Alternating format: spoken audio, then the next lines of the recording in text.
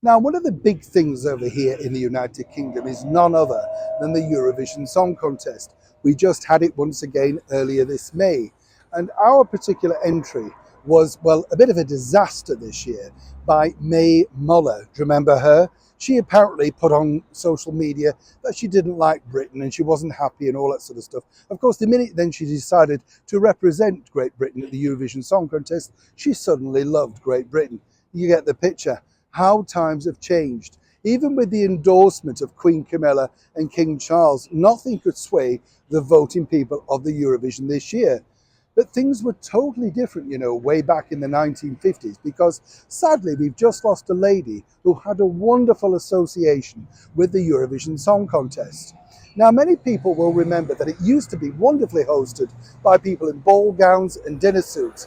And for many years, a particular lady called Katie Boyle was one of the hostesses, including also a Strictly Come Dancing star this year, Angela Rippon too. So, we used to have class attached to this production. Now, Patricia Bredin was a lady from Hull who got discovered singing at the Savoy Hotel. And not only that, it appeared in one or two films and all that sort of stuff, and her career decided to take off. The BBC thought that she would be a perfect person to be part of that year's Eurovision Song Contest. Now, sadly for Patricia, because she wasn't the winning entry that year to represent Great Britain, her actual recording was never recorded in full and only broadcast live, so she missed out on chart success too. But the reason why I mention this is, as I often say here on the show, so many people have given so much and done so many exciting things over the years. And sadly, when they pass away, a lot of people forget what they did. But for a moment in the late 1950s, Patricia Bredin was indeed hot stuff.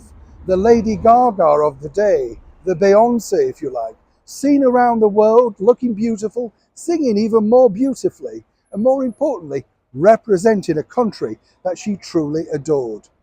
Now, for all fans out there of the Eurovision, do take a look and look back at some of the earlier people that really did help represent us.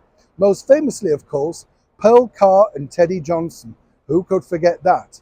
But for now, let's have a moment and, of course, wonderful thoughts and good wishes for the late Patricia Bredin. Oh, and by the way, she was from Hull in East Yorkshire. So a good Yorkshire lass too. Near Shone in the very heart of London.